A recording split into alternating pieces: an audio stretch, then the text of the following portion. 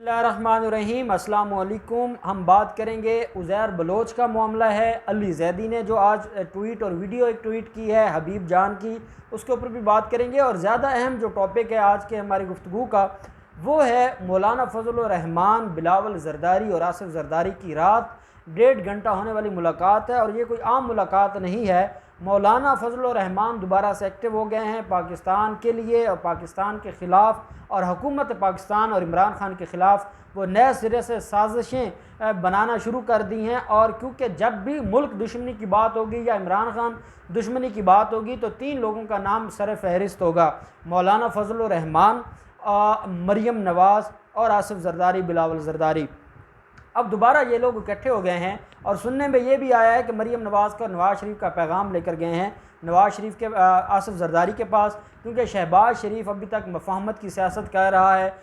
और जो शहबाज शरीफ है वो अपनी जान बचाने की कोशिश कर रहा है और वो हाथ नहीं पकड़ा रहा मौलाना फजल रहमान को या बिलावल ज़रदारी को, क्योंकि आसिफ ज़रदारी के गिरद घेरा तंग हो चुका है। और अब आसिफ ज़रदारी हर हाल में अपनी जान बचाना चाहते हैं और इसलिए वो अब इस्तेमाल करना चाहते हैं मौलाना फजल रहमान को, और उनके ज़रिए वो हुकूमत को प्रेशराइज़ करना चाहते हैं और हुकूमत से कोई NRO लेना चाहते हैं। खैर उनकी खाम ख्याली है, लेकिन ख्याल उनका है और वो NRO के लिए कोशिशें जारी रखे हुए हैं। और ये सारे के सारे मामलात आप जानते हैं कि किस तरीके से आसिफ ज़रदारी के ख़िलाफ़ कार्रवाइयाँ शुरू हो गई हैं। और जो आज उज़ैर बलोच के दोस्त और उनके करीबी साथी हबीब जान की एक वीडियो शेयर की है अली ज़ैदी ने, उनके इंकशाफात के बाद भी अगर पाकिस्तान पीपल्स पार्टी ये दावा करती है कि उनका उज़ैर बलोच के साथ ताल्लुक़ नहीं है, तो पीपल्स पार्टी को ख़ुद ही अपने किरदार के ऊपर सोचना होगा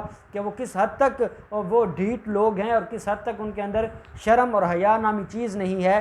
कि तब जब अपने मकासद के लिए इस्तेमाल करना था तब वो आपका मुंह भोला भाई था, और जब उस मकासद पूरे हो गए, जब वो फंस गया, जब वो आपके ख़िलाफ़ वादा माफ गवाह बनने को तैयार है, जब वो आपके ख़िलाफ़ 164 की स्टेटमेंट दे चुका है, उसके बाद आज आप उसको ये कहते हैं कि हमारा उससे कोई ताल्लुक़ नहीं है। और सईद गनी ने तो उसका ताल्लुक़ PTI के साथ जोड़ दिया है, जो कि बड़ी ही अजीब बात है कि कहाँ PTI और कहाँ उज़ैर बलोच और कहाँ लियारी गैंग। अगर तो PTI कभी लियारी गैंग के ज़रिए लियारी से जीतती होती तो हम कहते कि PTI का भी कोई असर रसूख है। PTI तो ख़ुद कभी लियारी में तो पाकिस्तान पीपल्स पार्टी के अलावा कोई आया ही नहीं था, जबकि ये बात है 2011-12 की। तो ये कैसे कह सकते हैं कि ये सारे का सारा मामला लियारी गैंग का, वो पाकिस्तान तहरीक इंसाफ भी उसके अंदर मुलव्वस थी। अब हुआ ये है कि बिलावल ज़रदारी पहले रब्ता करते रहे हैं, उन्होंने रब्ता किया शहबाज शरीफ से। शहबाज शरीफ ने क्योंकि बीमारी का बहाना रचाया हुआ है और लाहौर हाई कोर्ट में वो अपने बीमारी के बहाने से 2-2, 4-4 दिन का रिलीफ ले रहे हैं, तो उन्होंने पहले कोई रिस्पांस नहीं दिया था। दोबारा ये शहबाज शरीफ की तरफ से जब बहुत ज़्यादा उनके ऊपर बात की गई, उनके ऊपर एतराज़ात उठाए गए, उनके ऊपर इल्ज़ामात लगाए गए, तो उन्होंने दोबारा बिलावल ज़रदारी से रब्ता किया और APC के लिए उन्होंने आपस में गुफ्तगू की और डिस्कशन की। अब बिलावल ज़रदारी ये बात जानते हैं कि शहबाज शरीफ अपने मामलात हल करना चाहता है और शेख रशीद के मुताबिक वो तो है ही शेख रशीद की पार्टी का शहबाज शरीफ। तो बिलावल ज़रदारी शायद मायूस हो गए और बिलावल ज़रदारी के जो गलत किस्म के और इलीगल और इमोरल जो उसके अप्रोच है और उसकी जो मनसूबा साजी है वो नाकाम होती नज़र आई। तो उन्होंने मरीम नवाज़ से रब्ता किया और मरीम नवाज़ से ये कहा कि शहबाज शरीफ तो हमें हाथ नहीं पकड़ा रहे, अब क्या किया जाए। तो मरीम नवाज़ ने मौलाना फजल रहमान को भेजा है। अब एक बात याद रखें कि जब मौलाना फजल रहमान का धरना था और मौलाना फजल रहमान के धरने में बिलावल ज़रदारी गए ज़रूर थे, लेकिन उनका किरदार वैसे ही था जैसे मुनाफिकों वाला किरदार होता है और वो पीछे हट गए थे। उसके बाद से मौलाना फजल रहमान शहबाज शरीफ और बिलावल ज़रदारी से मायूस हो चुके थे और ये पिछले कुछ दिनों तक मौलाना फजल रहमान बिल्कुल घास नहीं डाल रहे थे बिलावल ज़रदारी को। और उन्होंने कल अपनी APC करके ये पैगाम दिया कि वो अपने तय अपोजिशन करेंगे और अपने मामलात को देखेंगे। लेकिन मरीम नवाज़ और नवाज़ शरीफ लंदन में बैठकर और मरीम नवाज़ लाहौर में बैठकर ये इन सारे मामलात को देख रही है। और मरीम नवाज़ और मौलाना फजल रहमान का बड़ा करीबी ताल्लुक़ है, क्योंकि इनकी अप्रोच एक जैसी है, इनके पीछे चलाने वाले वही लोग हैं और उनकी जो दौड़ें हैं वो जिन लोगों के हाथ में हैं वो सारा एक ही है और वो मुल्क दुश्मन लोग हैं। और वो सारे के सारे क्योंकि इकट्ठे हो रहे थे, तो मरीम नवाज़ ने फजल रहमान को ये कहा कि आसिफ जरदारी बिल्कुल फंस चुका है और इस वक्त वो हमारे जो नफीरियस डिज़ाइन हैं उनमें वो मददगार साबित हो सकता है, तो क्यों ना आप KPK में, मैं पंजाब में और वो सिंध में, और आसिफ जरदारी का फिर बलूचिस्तान के अंदर भी असर रसूख है और मौलाना फजलुर रहमान का भी बलूचिस्तान में असर रसूख है। तो उन्होंने कहा कि चारों सूबों में हम इनके ख़िलाफ़, हुकूमत और इमरान खान के ख़िलाफ़ एक मूवमेंट उठा सकते हैं और उस मूवमेंट के लिए ज़रूरी है कि हम इकट्ठे हो जाएँ। तो मरीम नवाज़ पस पर्दा इन सारे मामलात के पीछे हैं। उन्होंने कॉल की, उस कॉल के ऊपर मौलाना फजलुर रहमान बिलावल हाउस पहुँचते हैं। वहाँ पर वो आसिफ जरदारी जो पिछले कितने अरसा से, जब से उनको ज़मानत मिली थी, वो मंजर आम पर नहीं थे और ये कहा जाता था कि वो बिलावल हाउस में नहीं है, वो किसी निजी हॉस्पिटल में है, लेकिन जब वो मंजर आम पर है तो वो कोरोना से डरे हुए थे। शायद उनको कोई स्मेल आती थी फजलुर रहमान से, उस वजह से उन्होंने पूरा मुंह और अपना चेहरा उन्होंने शील्ड्स के ज़रिए ढांप रखा था, या वो वाकई कोरोना वायरस के खौफ की वजह से वो डरे हुए थे। और दूसरी बात यह है कि उन्होंने 1.5 घंटा मौलाना फजलुर रहमान से मुलाकात की है। आसिफ जरदारी का ये कहना है कि इमरान खान और पाकिस्तान इकट्ठे चल ही नहीं सकते।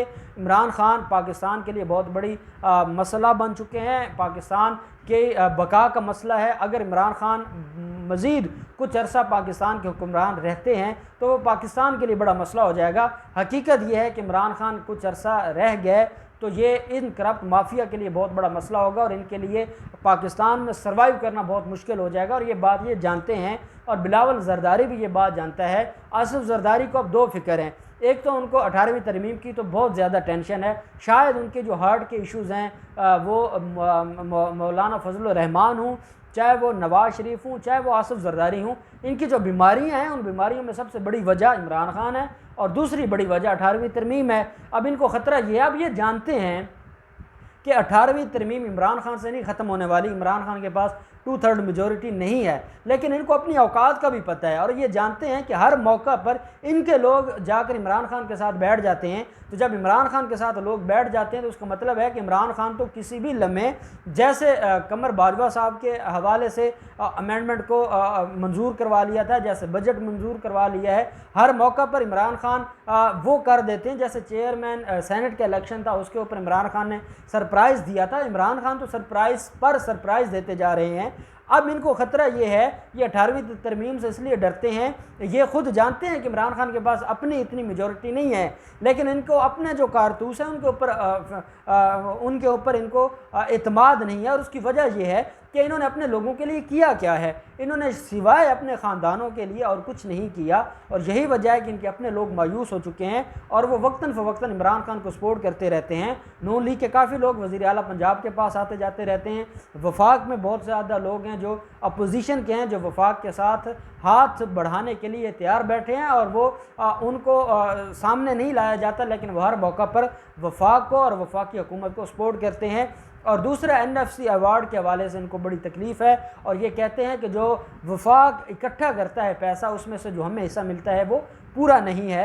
आपको अपना हिस्सा चाहिए, आपको पैसे चाहिए, आपको बजट चाहिए, लेकिन जब आपको वफाक के लिए टैक्स इकट्ठे करने पड़ जाए तो आपको मौत पड़ती है और आप कहते हैं कि हमने नहीं करना। तो ये कोई तरीका ना हुआ। आप अगर इस तरीके से करेंगे तो फिर आपके साथ भी वही सलूक होगा। अब आपको मैं अगली अहम बात ये बताना चाहूँगा, फजलुर रहमान हूँ, बिलावल जरदारी हूँ, मरीम नवाज़ हूँ या आसिफ जरदारी हूँ, ये अब ख़त्म हो चुके हैं, अब ये कुछ कर ही नहीं सकते। मैं ये कहता हूँ कि इमरान खान को 1% भी इनकी टेंशन नहीं है और ये इतने जोगे हैं ही नहीं कि अब ये कुछ करेंगे या कोई इमरान खान के ख़िलाफ़ को मूवमेंट चलाएंगे या इमरान खान के लिए कोई मसाइल पैदा करेंगे। अब इनमें इतनी शक्कत नहीं है, अब सिर्फ ये चाहते हैं कि हम किसी तरीके से अपनी जान बचा लें। और उज़ैर बलोच का मामला आसिफ जरदारी के सर पे ऐसा खड़ा है कि वो उसको सांस नहीं लेने दे रहा।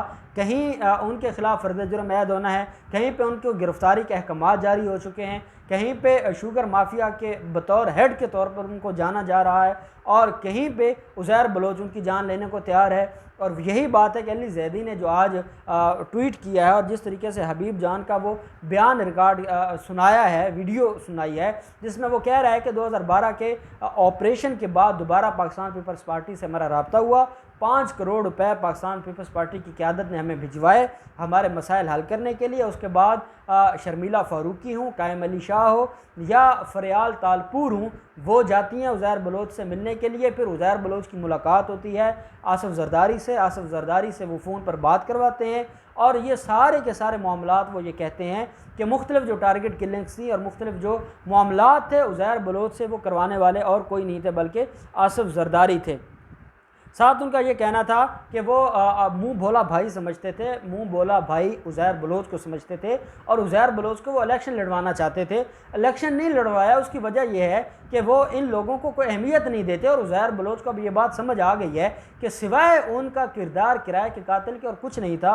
वो उनके कहने पर क्राइम करते थे और उसकी वो कीमत ले लेते थे। उसके बाद जो आसिफ ज़रदारी का ये कहना था कि मेरे मुंह बोले भाई हैं, ये अपने भाइयों के नहीं हैं जो अपनी वाइफ को मरवा सकते हैं, जो अपने बच्चों का फ्यूचर बर्बाद कर सकते हैं, उनको गलत राह पर लगा सकते हैं, उनके नाम पर गैर कानूनी जायदादें लगवा सकते हैं। वो मुंह बोला भाई क्या होता है उनके लिए, उनके सामने उसकी कोई अहमियत नहीं है। और ये बात अब आकर उज़ैर बलोच को समझ आई है, अब उसकी अक्ल ठिकाने आई है और अब वो खुलकर इनके खिलाफ हो गया है, इनके खिलाफ बोलना शुरू कर दिया है। और जो उज़ैर बलोच के खिलाफ केसेस हैं वो दिन ब दिन बड़ी तेज़ी के साथ अपने मंतकी अंजाम की तरफ जा रहे हैं और इनको इस चीज़ का इन चीज़ों का आइडिया है कि अब ये मामला किस तरफ जा रहा है। और अगर अली ज़ैदी या सुप्रीम कोर्ट खुद इसके ऊपर नोटिस ले लेता है, और मैं कहता हूँ for the sake of arguments कुछ भी ना हो, अली ज़ैदी भी ना जाए सुप्रीम कोर्ट नोटिस भी ना ले, उसके बावजूद जो 164 की स्टेटमेंट है जो मैंने कल आपको बताया था, वो स्टेटमेंट इनके गले पड़ेगी और आसिफ ज़रदारी को,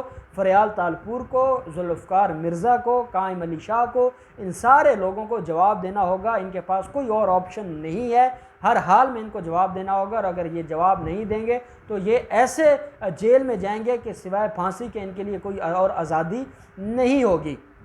अब देखते हैं अगले आने वाले दिनों में फजलुर रहमान का जो खुफिया एजेंडा है जो आसिफ ज़रदारी के साथ मिलकर वो बुन रहे हैं वो क्या है, और बिलावल ज़रदारी क्या कामयाब हो गए हैं, या बिलावल ज़रदारी का जो एक पर्सनल रिलेशनशिप है मरीम नवाज़ के साथ, उसकी बुनियाद पर बिलावल ज़रदारी क्योंकि ख़ुद नाकाम हो गए थे, मरीम नवाज़ को इस्तेमाल करके उन्होंने फजलुर रहमान और आसिफ ज़रदारी को एक पेज पर इकट्ठा कर दिया है। अब देखते हैं कि ये इत्तेहाद, बेसिकली ये मुनाफ़क़त के ऊपर इत्तेहाद है। उसकी वजह यह है कि हर शख्स के अपने मफादात हैं। फजलुर रहमान को पैसा चाहिए, आसिफ ज़रदारी को माफ़ी चाहिए, मरीम नवाज़ को मुल्क से बाहर जाना है, इनके अपने अपने मफादात हैं।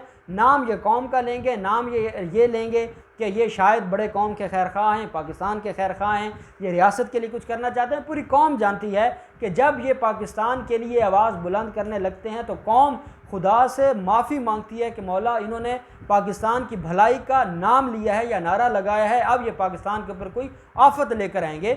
जब ये खामोश होते हैं पूरी कौम अल्लाह का शुक्र अदा करती है कि ये खामोश रहें और बेहतर है कि ये खामोश रहें। और जब ये पाकिस्तान में लोगों के हकूक़ की बात करना शुरू करते हैं तो लोग अपनी जेबें संभालना शुरू कर देते हैं कि जब ये हमारे हकूक़ की बात कर रहे हैं तो इसका मतलब है इनकी नज़रों में हमारे हकूक़ ये हैं कि हमारी जेबों में, हमारे घरों में जो माल बचा है वो भी ये जालिम लूट लें। और ये पूरी कौम अब जान चुकी है, अब फजलुर रहमान के मजहबी नारों के ऊपर भी नहीं आने वाली और आसिफ ज़रदारी के जो जमहूरियत के नारे हैं उनको भी लोग जान चुके हैं। और मरीम नवाज़ का जो इनकलाबी एक तर्ज़ सियासत है लोग उसको भी जान चुके हैं और अब इनका कोई मुस्तकबिल नहीं है और ना इनकी जान बचने वाली है, ना इनको जनरल बाजवा को माफ़ी दिलवाने वाला है।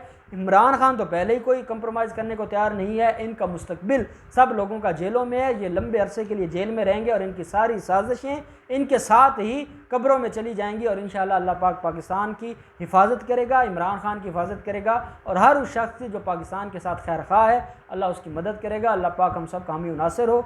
बहुत शुक्रिया। अल्लाह हाफिज़। पाकिस्तान जिंदाबाद।